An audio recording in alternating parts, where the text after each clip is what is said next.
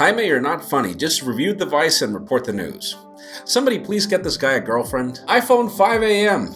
You're new here, aren't you? Wait, what's your name? Call me Bond. James Bond. That's right, it's that time of the week. I am Jaime Rivera. This is Pocket Now, and this is our Pocket Now Daily recap for last week.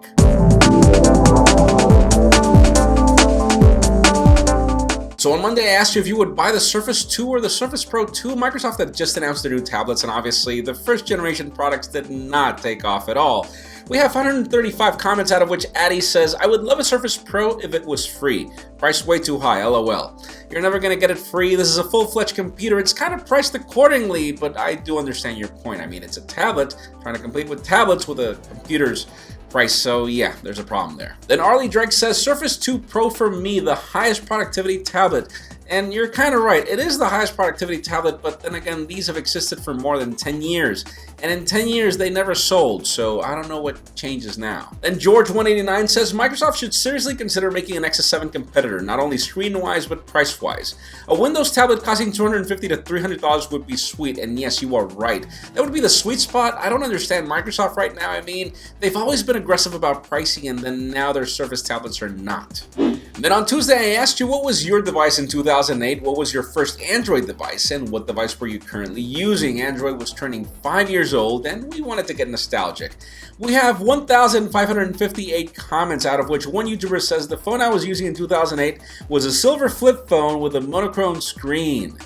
How did you survive, man? Then next says 2008 Nokia 3310. First Android device, the Galaxy Ace, and current was the Lumia 920. And man, that Nokia 3310 was indestructible. I can bet you still have that phone right now. Then Stefan says my first Android device was the HTC HD2. And yes, you're right, man. The HD2 was the device back then. It was just an awesome phone all over. I wish it got 3G bands here for me to get it, but still, yes, a lot of people got Android this way. And yeah, I kind of did that. My first Android device was a Nexus 1, which I love to death still today. But back then, I was actually able to get Android running on my Touch Pro 2 from HTC, which was just awesome.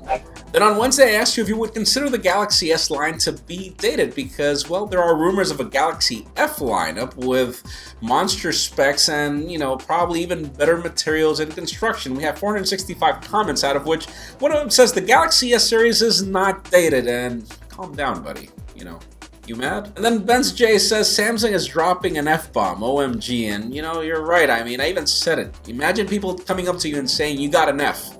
It doesn't sound right. What's with the F? And then another commenter says maybe the F is for Galaxy Flex, as in flexible display. You got a really good point there. I mean, but why not just call it the Galaxy Flex? And yeah, I still can't find the point in flexible displays. I mean, yes, Samsung and LG have been the companies that have ordered flexible displays, but still, the rumors from LG is that we're getting curved displays just like the Nexus S and the Galaxy Nexus. So this has been done by Samsung in the past, so I don't really understand what the innovation here is, so we'll see.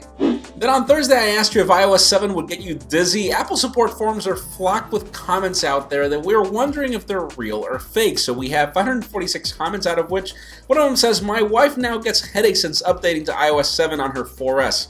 And buddy, you're lucky that it's happening until now because the majority of the human race has been having problems with headaches in their wives ever since the beginning of time. Now, Johansson says iOS 7 has not been giving me dizziness at all, and I've been using it since beta 1, and I have your same case. I don't have any issues with it. And then Daniel Lee says fake comments, and you know, it wouldn't be new. We've heard of companies hiring other companies to use commenting systems of other websites to, you know, stir opinion in a negative direction. And we remember how blown out of proportion things were with the iPhone 4 and AntennaGate, and then with Scuffgate on the iPhone 5. Obviously, people are looking for ways to discredit the iPhone 5S after 9 million units have been sold in the first weekend, so could be the case. And finally, on Friday, I asked you if you would consider it to be a good idea for the iWatch to focus on fitness. And the reason why was because Apple had just hired the guy that was behind the Nike Fuel Band. We have 247 comments, out of which, for example, Joel Mendoza says, having an iWatch would only mean fashion for me. I only see it to be useful for glancing notifications. And you know what?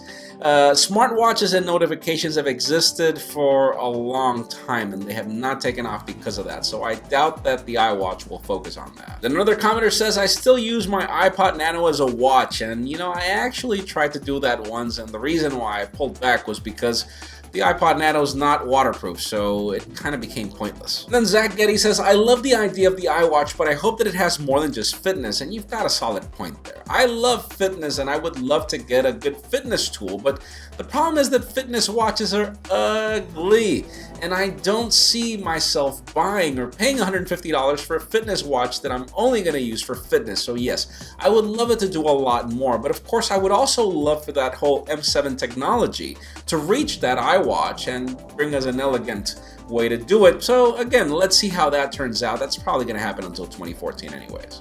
That's it for our Pocket Now Daily Recap. Thank you very much for watching. A couple of tips if you want your comments to be featured. Number 1, keep them short. Number 2, stick to the point. And number 3, try to get some thumbs up. It helps us spot them a lot easier.